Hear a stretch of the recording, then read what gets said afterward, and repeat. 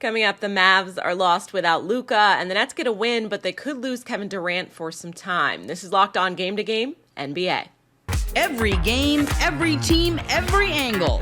Locked On Game to Game, your team every day.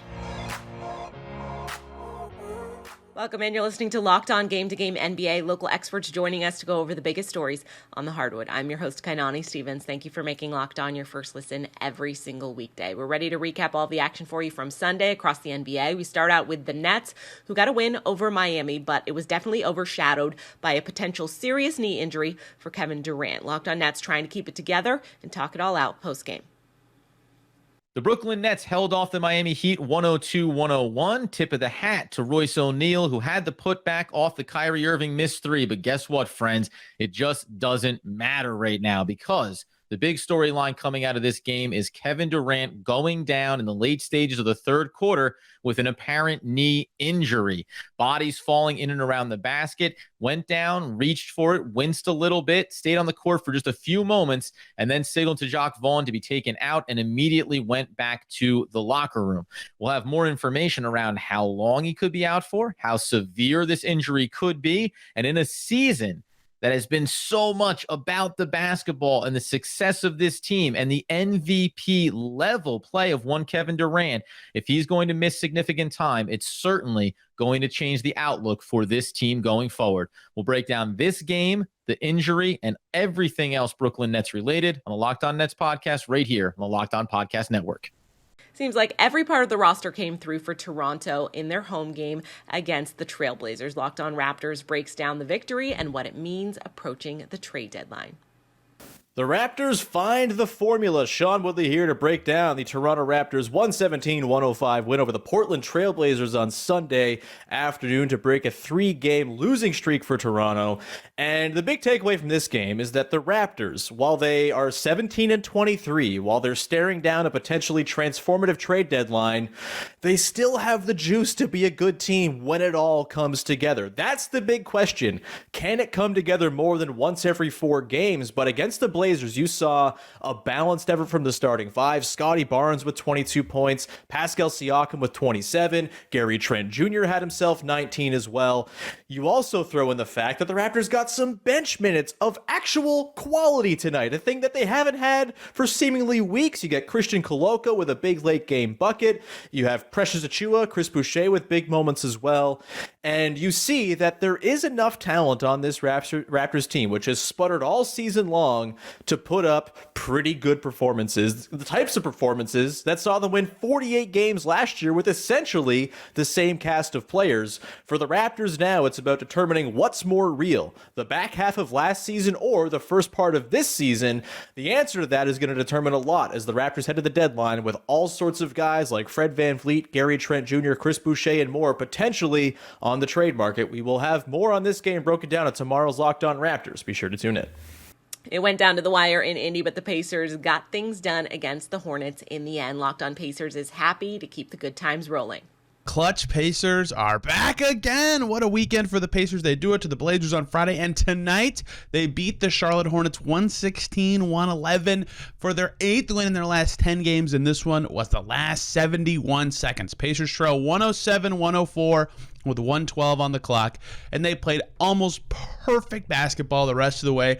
They scored every other possession. They got a bunch of steals. They got a bunch of blocks, and they get it done down the stretch over a Hornets team that was playing pretty well all night, but the Pacers find a way to win late as they have so often this season. They're back up to 6th in the East. They have 23 wins at the halfway point. Nobody thought the Pacers would be here, yet here they are. Miles Turner was fantastic in this game. 29 points, 9 rebounds, 4 blocks. He was their best offensive and defensive player for stretches in a much-needed win for the Pacers, who keep it rolling. We'll have more on this team on the Locked On Pacers podcast. The Grizzlies continued their return to form, got their 6th straight win. Desmond Bane had a solid performance as well against Utah. Locked On Grizzlies goes over some questionable decisions by Jordan Clarkson and, of course, the Memphis win. If Jordan Clarkson wants to get traded to the Memphis Grizzlies by the trade deadline, he has a very funny way of showing it. I would not recommend swinging and trying to hit Desmond Bane in a non-basketball movement if you're trying to impress future employers. My name is Joe Mullinex of Locked On Grizzlies, and trade deadline, trade machine jokes aside, the Grizzlies found a way to improve to their current win streak to 6 games. A very solid outing without Ja Morant, without Steven Adams. The Grizzlies found a way. Desmond Bane looking more like himself than he has at any point since he returned with his toe injury. A very solid 24.9 assists, 6 rebound outing. Tyus Jones showing why he's the best backup point guard in the NBA, filling in for Ja seamlessly.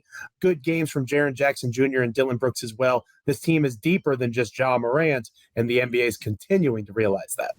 Coming up, the Hawks hand the Clips another L. This is Locked On Game to Game NBA.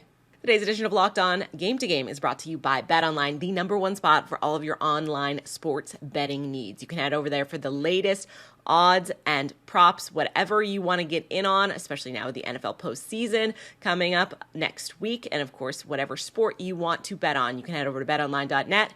It's where the game starts. Welcome back to Locked On Game to Game NBA. I'm your host, Kainani Stevens. Thank you once again for making Locked On your first listen every weekday. Minnesota made it look probably a little harder than it needed to be in Houston, but Locked On Timberwolves still got to go over a late comeback and a win.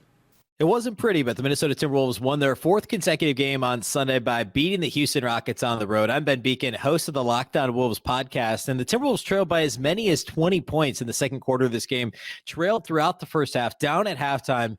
But the Wolves eventually surged ahead in the second half and outscored the Rockets over the span of late second quarter, early third quarter, 28-5 over an extended run, and eventually built what was a double-figure lead for part of the fourth quarter and win by 8 over Houston.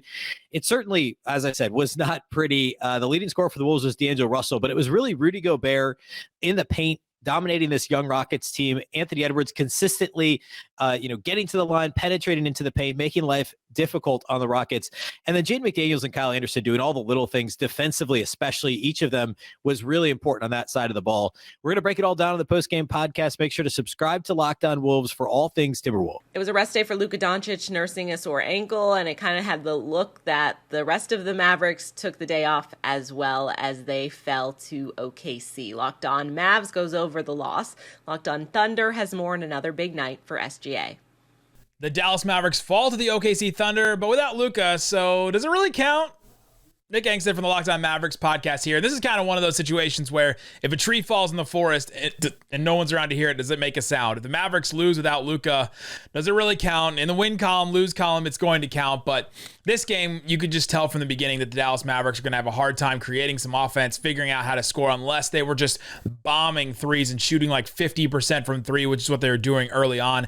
In the third quarter, Shai Gilgeous-Alexander of the Thunder scored 17 of the Thunder's 27 points. He was just way too much for them. The Dallas Mavericks still without Luka in this game, but also without Josh Green, Dorian Finney-Smith, and Maxi Kleber, 3 of their 4 best defenders on the team. And the way Reggie Bullock is looking, they are 3 of the 4 best on the Dallas Mavericks. So they really struggled in any way to stop SGA from getting it done. Christian Wood had a nice outing. Spencer Dinwiddie did some things, but the Dallas Mavericks continue to move on. Another loss without Luka. The Oklahoma City Thunder play a Luka-less Mavericks team and take care of business. Now they're just a game and a half out of the play-in as SGA drops 33 points and this young core looks the part. We'll talk more about it on Locked On Thunder. The Hawks extend the Clippers' losing skid to 6 games after a big night from Trae Young. Locked On Hawks is in to go over the win for Atlanta. Hello friends, my name is Brad Rowland. If the Atlanta Hawks go into Los Angeles and knock off the Clippers on this Sunday evening in prime time, final score of 112-108. It was a back and forth game. The Hawks were really good at times, really bad at times. They were trailing by 11 points with about 7 minutes to go and clawed their way back in resilient fashion. Trae Young down the stretch was huge for Atlanta. DeAndre Hunter did a great job on Kawhi Leonard in this game. The Hawks almost imploded. They were up by 17 points in the first half. In kind of familiar fashion, the Hawks gave it a lot of that back and really all of it back in the third and into the fourth. But unlike what has happened so many times this season for the Hawks, they were able to overcome all of that and come back and get a nice road win. We'll have a full breakdown and more from this game on the Locked On Hawks podcast. James Harden had a triple-double for Philly as the 76ers cruised in Detroit on Sunday. Locked On Pistons talks through a game that really wasn't all that competitive.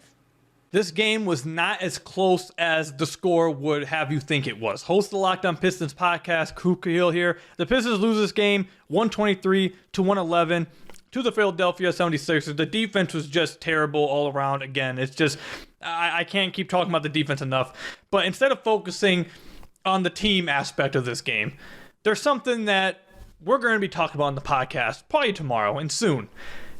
Killian Hayes had another great game. 26 points, 11 of 17 shooting from the field, 4 of 8 from deep. Stu also had a great game. But at a certain point, and that point might be now, we are going to have a dialogue. We're going to have to start a dialogue about what Killian Hayes has been playing like and what that means for his future and what he's proving that he should be on this team moving forward. It's a dialogue that might need to start happening right now. But you guys will see that on tomorrow's episode of Locked On Pistons Podcast. In the meantime, go Lions and please Rams beat Seattle so we can find a way to get into the playoffs. That's going to do it for this edition of Locked On Game to Game NBA. Thank you for making Locked On your first listen every weekday. Now make sure you are subscribed to Locked On NBA and, of course, your favorite team's Locked On podcast right here on YouTube and wherever else you get your podcasts from. I'm Kainani Stevens. This has been Locked On Game to Game.